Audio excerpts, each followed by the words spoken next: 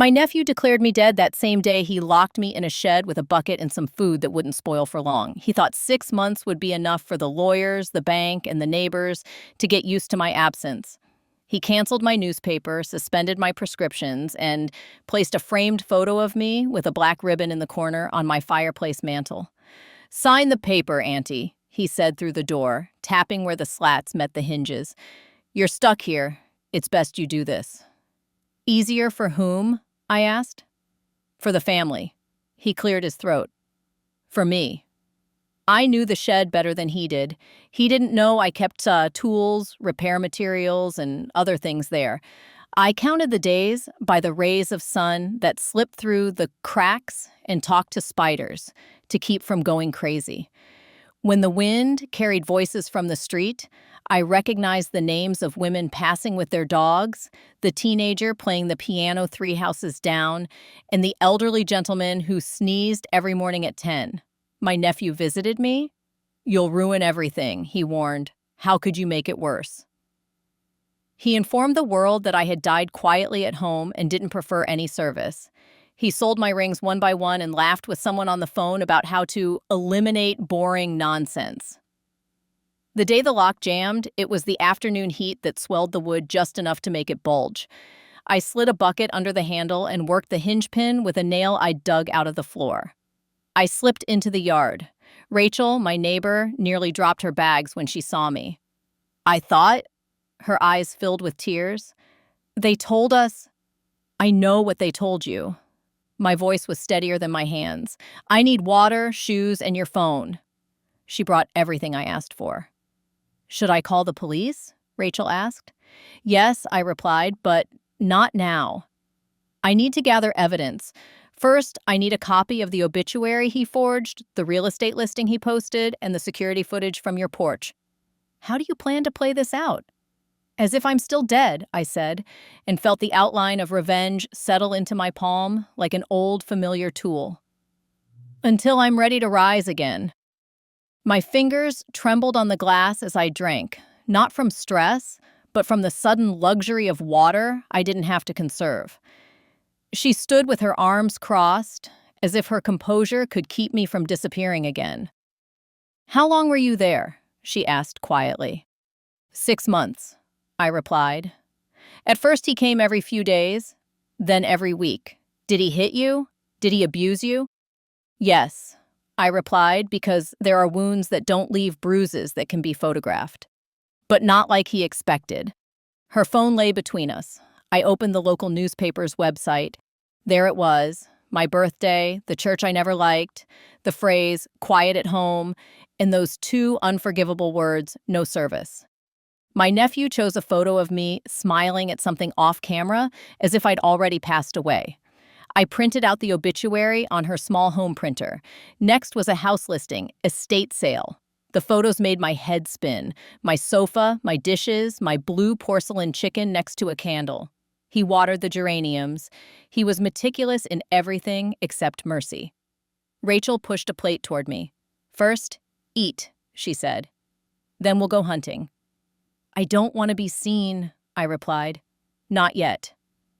She nodded, and I loved her for how quickly she understood. Some friends react with questions. The best ones react with a plan. We started with the obvious. Rachel's camera had a longer memory than any neighbor's. We sat shoulder to shoulder at her kitchen table while she replayed the footage back 6 months. We watched him arrive that first week with boxes and leave with larger ones. We watched the delivery truck bring a new lock. We watched two men wheel out my old cedar chest. We watched him laugh on the phone on the porch, waving his arms. We saw him look toward the barn. Rachel froze and leaned closer. "Look at the date." She squeezed the screen. "He brought someone with him today. It wasn't one of the movers." A woman in a dark blue uniform walked into the frame, her hair tightly braided, her hospital badge lying face down on her chest. "That's a home health nurse," Rachel said, "or pretending to be one." "She's not mine," I said, and I wasn't allowed to. Rachel scrolled through the footage until we saw the woman again. 2 days later, she was carrying a small refrigerator. She wasn't looking toward the shed, but toward the kitchen, with someone else's keys in her purse. "What do you think she brought?" Rachel asked. Something to keep me quiet if I make noise, I said. Or papers to make me look docile. A quiet rage enveloped the room like dust. I breathed it in. Anger is a great motivator, if you feed it with purpose. We printed the list, saved the video. Rachel called her friend at the library and borrowed the scanner, which quickly converted paper into files. I remembered the barn door, the warm hinge in my palm, and heard again the sound of it giving way. Relief has many faces. Today it felt like an ordinary Tuesday, cut short for the right people. "Do you want to go to the police now?" Rachel asked again, once the files were saved to the silverfish-shaped flash drive. "Yes," I said, "but we'll bring them the evidence in a bowl, not a handful. We'll give them such a clear story, they'll just have to scoop it up." "What else do you need?" "Bank statements," I said, "on pawnbrokers' receipts, messages, anything that indicates the form of what he took." "How do we get the bank statements without announcing you're alive?" "My bank manager knows I'm a private citizen. I'd chosen that word long ago when the world was trying to make me its own. If we go to him after hours, he'll print everything we need." "What about the pawn shop receipts?" "Let's start close by," I said. "The pawn shop on Elm Street, the thrift store next to the church. There aren't many rings like mine in this town. He wouldn't drive far. He's too sure of himself." She placed the car keys on the table and then, to our surprise, took my hand. "You can't do this alone," she said. "I know," I said, and realized how deeply the barn had taught me what I could and couldn't bear on my own. I'm not that stupid. We left by her back door and cut through the alley, a pair of old girls out for an afternoon errand. My legs trembled the first block. By the second, they remembered what legs are for. The world was too bright and too loud, but I suspected that was the effect of being seen again by Sky. The pawn shop smelled like old metal and lemon oil. The man behind the counter glanced at Rachel, then at me, then at the file of the local paper spread open beside his stool. "I've seen you," he said, squinting. "I mean, you've seen my picture," I said, "which means you've seen my rings." He shifted. "People bring in all sorts, the sapphire, a deep blue, oval cut with 2 small diamonds on the shoulders, the wedding band with the engraving inside that says winter patience, the ruby like a heart that broke and was put back together," I said. Describing them steadied me. "Names are anchors." His mouth opened slowly. "A woman brought those. Said her aunt died and left them. I gave her too little. They were too nice." "I'm not proud of that, a woman in scrubs?" Rachel asked. He grimaced. "Yeah." He put the rings on the velvet pad without being asked. He had kept them under the counter, separate, as if even he didn't believe they belonged with everything else. "You can call the police now," I said, "or you can give me your receipt, the name you wrote down, and 5 minutes to leave the shop before you make the call." He handed me the receipt. He had written a name, S. Ehrlich. She said her name was Sandra. "She kept one of the bracelets," he added, face hot. "I'm sorry." "Don't be sorry," I said. "Be accurate." We went to the consignment store next and found 2 dresses of mine that my sister had insisted were timeless. They were not. They were brightly indifferent to the hour. I lifted the hem to see my stitched initials still there, the careful crookedness that only I could have made. "Receipt?" Rachel asked. The young woman at the counter had eyelashes like little flags. She blushed, then printed. "He said it was for the estate," she offered timidly. "He said you were, quietly at home," I said. "Do you remember the man's name?" She glanced at the ledger. "He wrote his own. People don't always do that." The letters of my nephew's name pricked my tongue like nettles. I took the page and felt the smallest of satisfactions at seeing something with his hand on it that he had actually signed. Rachel drove us along streets that had been faceless for half a year. We stopped for a sandwich in a shop where the clerk put extra pickles on mine because Rachel told him it was a difficult day. The kindness made me feel like I might break, so I ate standing up. At sunset, we parked around the corner from my house. My body felt like a bridge that had held up a river and was now being asked to hold up a parade. Rachel squeezed my knee and handed me a pair of sunglasses. "There," she said. Now you're someone else. Two cars were in my driveway, my nephew's and an unfamiliar white sedan. A woman in navy scrubs stepped out with a clipboard. She was younger than I'd thought, perhaps 30, with neatly kept nails and an air of being rushed. She knocked. My nephew opened. He looked thinner, older, sharper at the edges. The sight of him didn't make my hands shake. It made my jaw set. They stood on the porch, heads bowed together in a conversation I couldn't hear from the car. It looked like a sale. It looked like collusion. It looked like a pair of people enjoying the idea that consequences were for other people. "Are you ready?" Rachel asked. "Not yet," I said, "but soon." We didn't follow the nurse, but we read the name on her badge through the binoculars Rachel kept in her trunk for birdwatching. The name matched our receipt, Sandra Ehrlich. The badge belonged to a home health agency 2 towns over. It wouldn't take much to find out if she worked there or only wore the badge to make doors open. "Tomorrow," I said as Rachel drove us back to her place. "We'll start with the bank and the agency." She walked me to her guest room and set a glass of water on the nightstand like a blessing. We said goodnight like women who had walked across a thin wire and didn't want to jostle it. I lay awake for a long time, listening to the house breathe, the neighbors' wind chimes, a late car, Rachel's faint steps. My body remembered how to sleep around midnight. It was a decent sleep, the kind that doesn't heal but makes healing possible. Morning tasted like coffee and courage. We sat at the bank manager's desk after hours, the door locked, the blinds half closed. He had gone to school with my husband and had a kind of old-fashioned honor that had not yet been bought out of him. "Is it you?" he asked, voice low. "It is," I said. "And I need to know what he did while I was away." He printed statements, his finger moving down the columns as if reading Braille. There were too many withdrawals, too many transfers, too many estate expenses for a woman who had not, in fact, died. Payments to the home health agency appeared under care coordination. A new line item showed a deposit from an insurance policy I had forgotten, small but enough to be obscene when placed beside the dates. "He filed a death certificate," the manager said grimly. "You'll have to fix that with the county."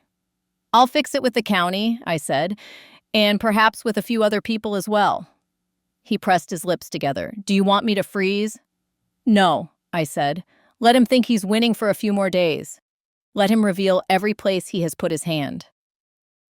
The manager gave me his card, the kind that still had weight. "For what it's worth," he said, "I always wondered why there was no service." "Because I never wanted a crowd," I said, "but I might want one soon." We drove to the home health agency. The waiting room was decorated with pamphlets and a print of a lighthouse that had never known a storm. Rachel sat beside me in a posture that looked casual but would become witness if anyone pressed. The receptionist wore the same badge as the woman from the porch. "We'd like to speak with your director about a worker named Sandra Ehrlich," I said. The director came out 20 minutes later with a smile that had survived many complaints. "Sandra has been on leave," she said. "How can I help you?" "She has not been on leave from my house," I said, and lifted the printed photo from Rachel's doorbell, Sandra's face clear. "She delivered documents and received pawn money for jewelry that wasn't hers to sell." The director's smile fell like a curtain. "That is not authorized." "I believe it was very much authorized by someone," I said. "What interests me is whether it was your authorization." I softened my voice because fear is the only thing that makes some people tell the truth. "Do you want to be part of this, or do you want to help stop it?" "I don't want to be part of anything," she said, which is what the worst of them always say. But then she added, "I've had concerns about a notary she knows. People have complained about documents being rushed name," Rachel said. "Evan Pike," the director said, and her face changed. She had a mother, I decided. She had a threshold for what she could watch happen. "He lives over the florist shop. I shouldn't—" "You should," I said gently. "If what you suspect is real, you should." We left with a copy of Sandra's schedule, a note that she was not, in fact, assigned to my care, and a sliver of the director's conscience pried free. The florist's shop smelled like damp earth and cold water. The stairs at the back led to an apartment with a sign that said, Notary Public, hand-lettered, the ink beginning to fade. The man who opened the door had the posture of someone who had practiced standing to look harmless and had succeeded too often. I need a document notarized, Rachel said, because she can lie about the small things, and so can I, when it matters. Of course, he said, smiling. What kind? The kind that requires you to tell us whether you notarized a death certificate for a woman who is not dead, I said, stepping into the doorway where the shadow from the landing fell across my face.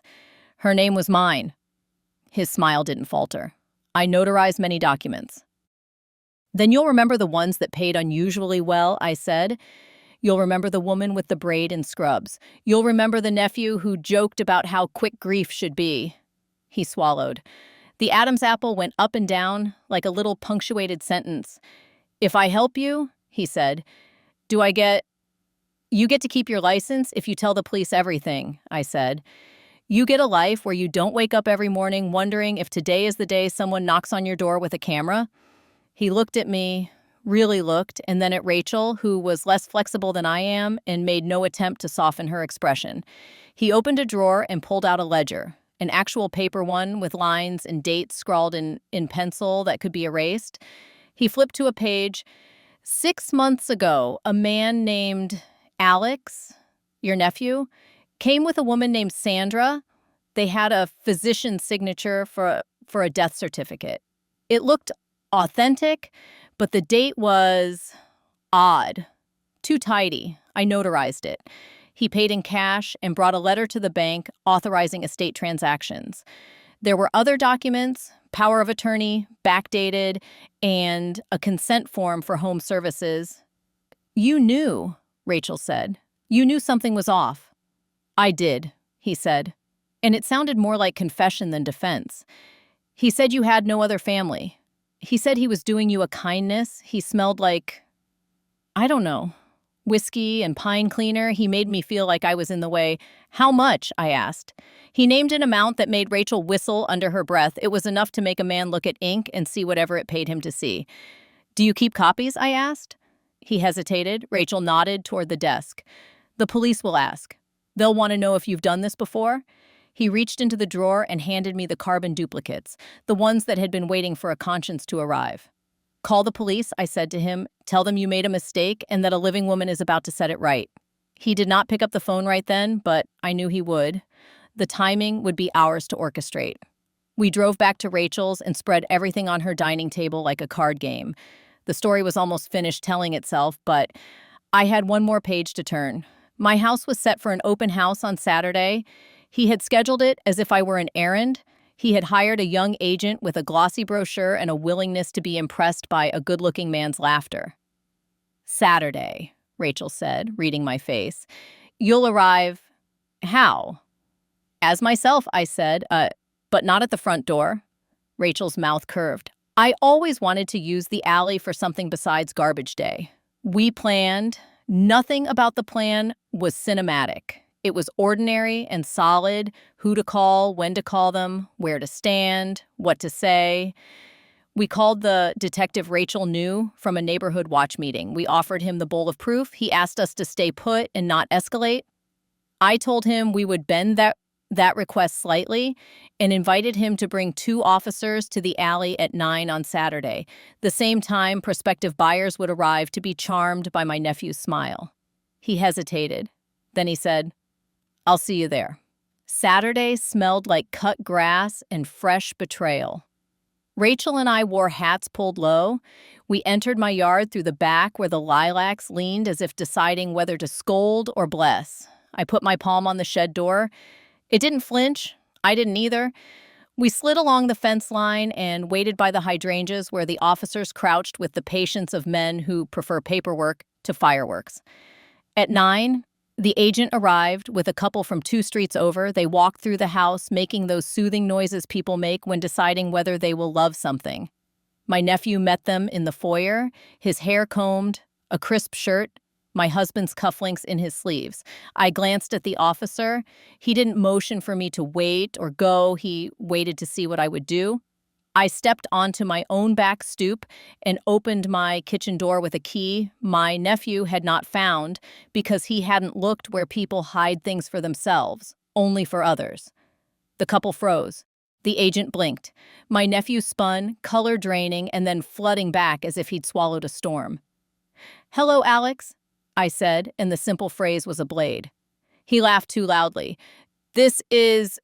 Auntie, you look... alive?" I asked. "That's the word you want." He looked beyond me, toward the back, calculating exits as if a fire had broken out and he wanted to be the first to safety. "You look... thin?" he tried. "You look guilty," I said. "Shall we show the nice people the pantry? Or would you prefer the police show them the jewelry case you emptied?" He shook his head, smile snapping back on like a rubber band. "Auntie, we had to..." "Did we?" I asked. "We had to file a death certificate. We had to pawn my rings. We had to hire a nurse to pretend to care and actually steal. We had to lock a woman in a shed until summer, did we, Alex?" The agent took a small step backward toward the door. One of the buyers put a hand on the other's arm as if preparing to bolt, but not wanting to be rude. "Everyone stay," the detective said from the hallway, his voice calm and inevitable. He held up a badge like a period at the end of a sentence. "No one leaves unless the lady says so." "Good morning, detective," I said. "Would you like to see my guest room? It contains the only thief who is currently standing."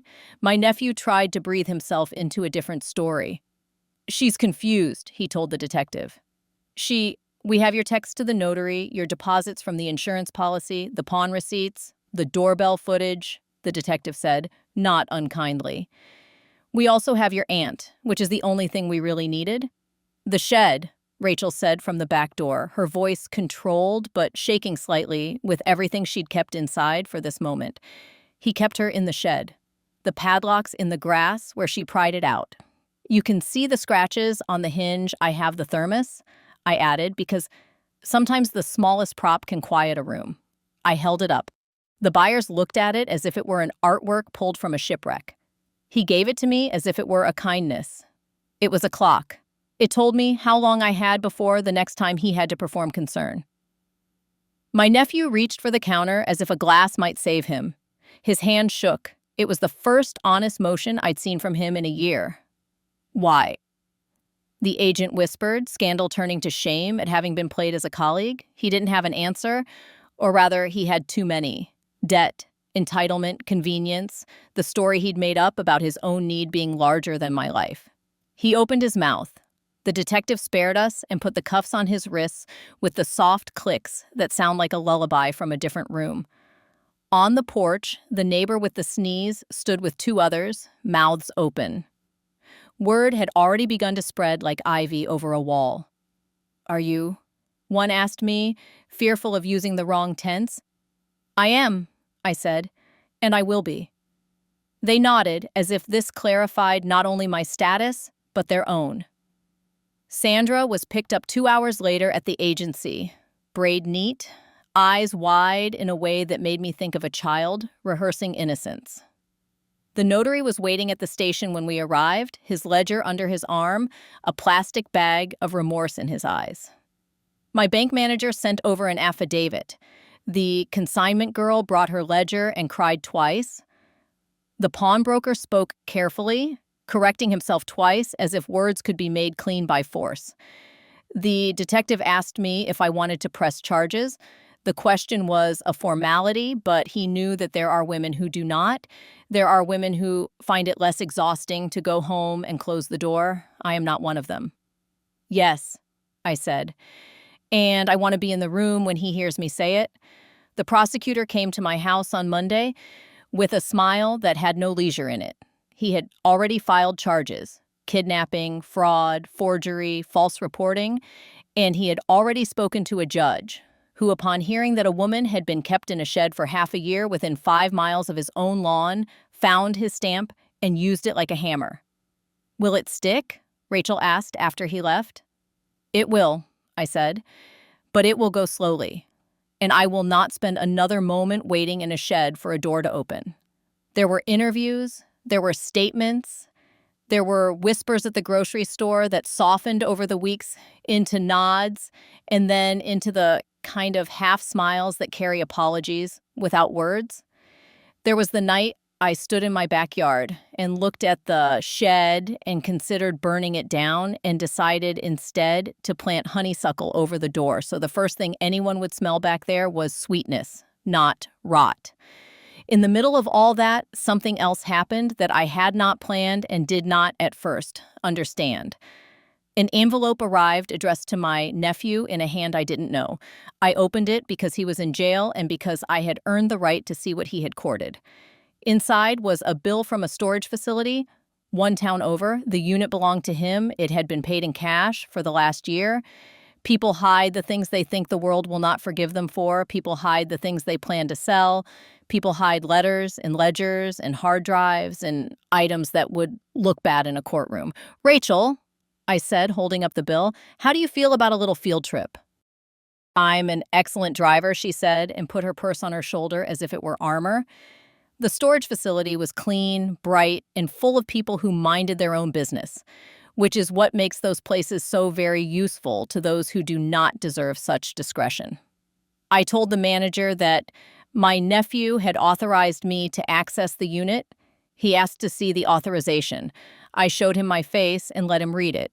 He hesitated, then I told him what was in the police report briefly. He paled, made a call, and handed me a temporary code.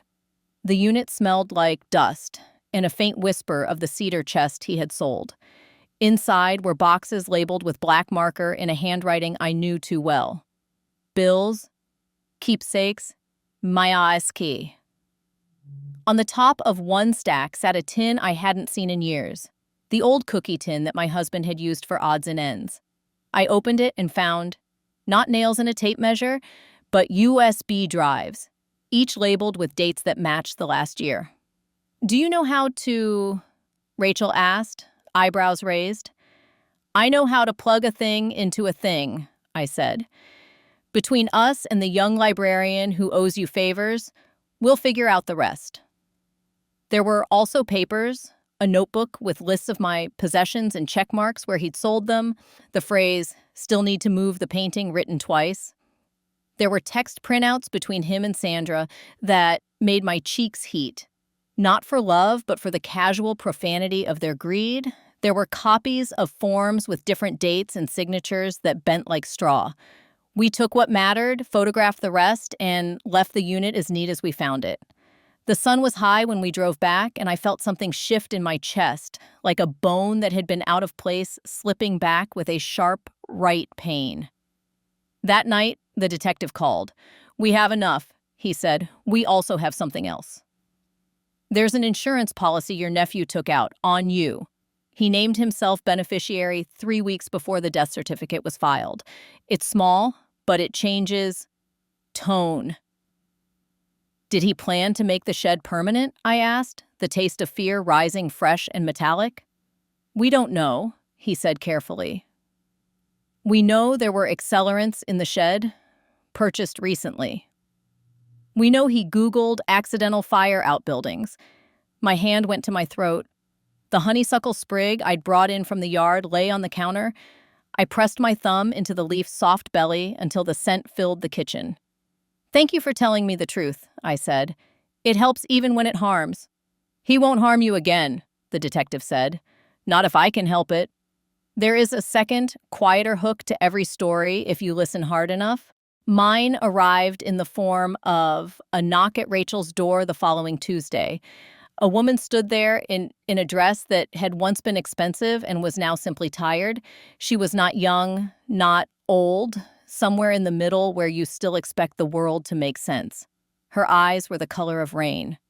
"You don't know me," she said, voice steadier than her hands. "But I know your nephew.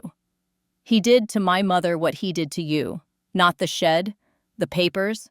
He sold her things while she was at rehab and told her it was the only way to keep her safe. He says I'm dramatic. He says we're ungrateful. How did you find me?" I asked. She pointed at the paper in her hand. It was my obituary, folded and unfolded until the edges had gone almost soft. Someone had written on it, underlining and circling, the way you do when you're trying to learn a lesson you shouldn't have to. "I thought you were dead," she said simply. "Then I heard at the grocery store that you were not." We sat at Rachel's table, the three of us, with coffee and the only sugar left in the jar. Her name was Irene. She had a mother named Elaine, who had taught piano for 40 years and who now, at 70, was being told to rest while strangers labeled her life miscellaneous. "They make you feel tired," Irene said. "They make you feel like the energy it takes to be believed costs more than what you lost." "Does your mother want to fight?" I asked. "She wants to be asked," Irene said. I thought of the shed and the way my nephew had phrased his request as care, as if asking someone to sign their absence could be an act of love. I thought of the way words can be dressed in white coats and still come at you like a menacing dog. "Bring her here," I said. "Bring her piano book. We'll record her hands on the keys. We'll show them that she is here and capable and more alive than the men who took her things." The next day, Elaine arrived carrying a thin blue book with a daisy on the cover. She was lovelier than her daughter had managed to convey. She sat at Rachel's piano and played the first piece she taught every student, the one with 4 notes and a secret heart. I filmed her hands, my throat tight. After, she looked at me directly. "Do you want to press charges?" I asked her. It felt strange and wonderful to be the one to ask, to give power instead of having it peeled away. "Yes," she said. And then, "But will people believe me?" I made mistakes. I left mail unopened when my hip hurt. I let him carry my purse once. "This is what they will say. They will say that because that is their language," I said. "We will teach them ours." The prosecutor agreed to add Elaine's case to the file. The notary, eager to cooperate, found messages from my nephew bragging about a system that would leave no crumbs. The nurse's phone contained photos of items she'd kept in a bag under her bed, my bracelet among them. When the hearing came, I wore the blue jacket my sister had insisted was too severe. Severity has its uses. The courtroom was smaller than I remembered. The judge watched me as if he were memorizing my face for later. My nephew looked properly diminished. The bravado had burned off. Sandra wore a sweater a size too large, as if she had planned to disappear into it. The notary had ironed his shirt. The prosecutor kept it simple. He showed the ring, camera footage, the pawn slips, the bank statements, the storage unit bill. He didn't linger on the shed. He didn't need to. He let me tell that part slowly, the way you tell a child where the road is most dangerous. I spoke of the hinge pin, the nail, the heat swelling the wood. I described counting the days by the way the light pooled like broth on the floor. I asked the question that had kept me warm when the blankets failed. How could my own blood do this to me? The question landed where it needed to. When the prosecutor finished, the defense tried to make me small. They angled their heads and used the soft, dangerous words confusion, relief, intention. They wanted the story to be about inconvenience, not captivity. They wanted the judge to consider fatigue instead of cruelty. "Where did you sleep in those 6 months?" the defense attorney asked gently, looking as if he might offer me a cushion at any moment. "In the chair in the corner," I said, "upright, because the floor was damp." "Did you ever call out?" he asked. "Yes," I said, "I called out often." "Would you like to hear the names of the neighbors' dogs?" There was a thin ripple of sound in the gallery. The judge lifted a hand. The defense attorney tried to look indulgent. I stared at him until he dropped his gaze. The detective's testimony was brief. He had the confidence of a man who knew his case could walk on its own legs to the end of the hall. Rachel testified last. She did not cry. When she described the look on my face when she handed me water and shoes, half the room found a reason to look at their hands. The judge took 3 days. In those 3 days, Rachel and I sat on her porch and watched passersby who pretended not to be curious. Irene came and brought cinnamon rolls that tipped us brutally into nostalgia. Elaine played the piano again, a march that made us sit straighter. I caught myself looking at my shed at dusk and feeling not fear, but a kind of savage affection for the little building that had taken me in and given me back as something else. The verdict was firm. The sentence was not life, but it was long enough to be a lifetime for a man who had wasted so much of his in small, ugly ways. Sandra received her punishment and wept in a way I believed. The notary lost his license and then found volunteer work at a literacy program, at the judge's recommendation, to learn the meaning of the words he had abused. People said justice, the way you say rain after a drought. They brought me casseroles and quiet apologies. A boy from down the street mowed my lawn, leaving an extra stripe because he liked patterns. Rachel bought new cups, stating that the old ones had too many memories embedded in the glass. A week after the sentencing, my doorbell rang at 6:03 a.m. as if time had come back to check whether it had done me permanent harm. I opened the door with the confidence of a woman who now kept her keys in her pocket. A young man stood there with a bouquet of lilacs and a nervous smile. "Ma'am," he said, "I'm from the paper. I wanted to ask if you'll let me do a longer piece. Not the horror part, the instruction part, for other people. About how to notice, about what to save." I took the lilacs and set them in a jar by the sink. "Yes," I said. "But I will tell it as a map, not as a campfire story. I will tell them where the road dips, and I will tell them, above all, to keep one friend whose courage matches theirs." That afternoon, Rachel and I sat at my table. We wrote a list that looked nothing like the lists my nephew wrote. It did not include check marks for things taken. It included check marks for things given back. Breath, space, mornings, music, the arrogance of standing in your own kitchen and knowing the day belongs to you. "Do you miss him?" Rachel asked gently at dusk, when the light makes your heart honest. "I miss the boy he was for 11 minutes when he was 8 and brought me a wildflower and thought it was rare," I said. "I do not miss the man who weighed me against his comfort and made a choice." The shed stands. I refuse to let it become a monument to fear. Inside, the chair remains in the corner because it reminds me that you can sit painfully and still plan. On the wall, I hung the thermos by a nail. It is ugly, it is mine, it is a relic of a ceremony I performed alone, the sacrament of staying. When the lilacs bloomed again, people slowed in front of my house.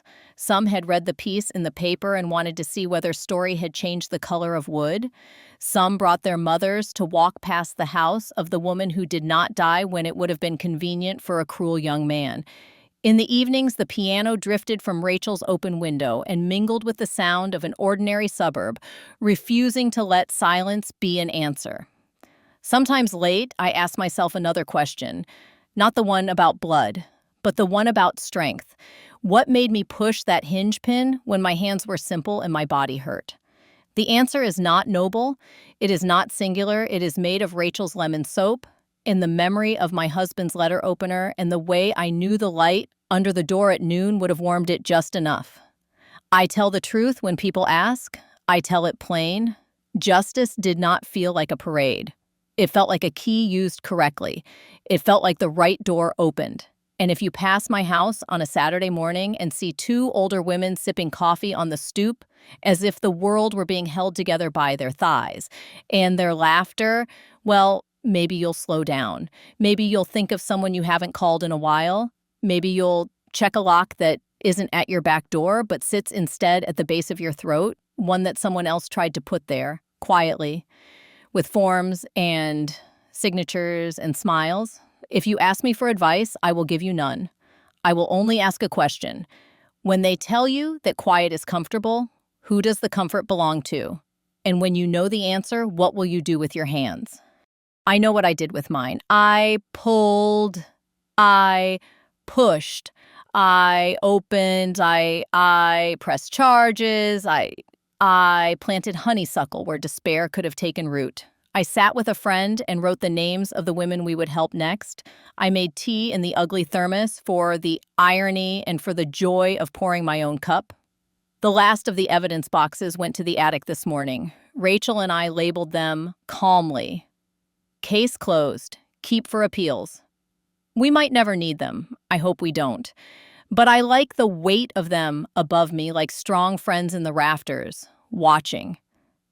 Do you want to sell the house? Rachel asked, not because she thought I might, but because she knows the power of being the one to ask. No, I said, and laughed softly. I haven't finished living here. She nodded. Good. The geraniums are used to you? We sat on the step and watched the street. The young couple from 2 blocks away strolled past with a baby that looked like a bedtime story. Elaine came down with her music bag and waved like a woman who had relearned the trick of mornings. Irene followed, her hands empty for the first time in months. When the sun slid behind the maple, I touched the bracelet on my wrist, the one Sandra hadn't sold because perhaps even she had a limit, and promised myself in a voice I could hear, never again will I make myself small for someone else's convenience. Never again will I let anyone name my absence without my consent. Never again will I fail to recognize how thin the door is, how much it wants to open if you dare to lean your weight. And if ever again the morning brings a knock that tries to echo an old fear, I will answer it. I will be standing where a woman belongs, on her own threshold, with her own name in her mouth, and her neighbor at her back, and the scent of honeysuckle spilling from the very place where a different ending once waited. Because here is what they never tell you about the justice you fight for in your 70s. It does not make you young. It makes you exact. It makes you capable of measuring the distance between what they intended and what you chose, and deciding every day to live in that space like a sovereign. So when the paper printed the final follow-up and asked for a quote, I gave them what I had and nothing more. I was not the first woman to be declared dead in a room she could not leave. I will not be the last woman to plan in the dark and walk out in the light. I did not win because I was brave. I won because I refused to agree to the shape of the story he offered me. And when they asked what I would say to other women who feel the shed door against their back, literal or not, I said, you know more about the hinges than they do. You always have. My grandma told me this story. I have many more stories. Subscribe so you don't miss the most interesting things.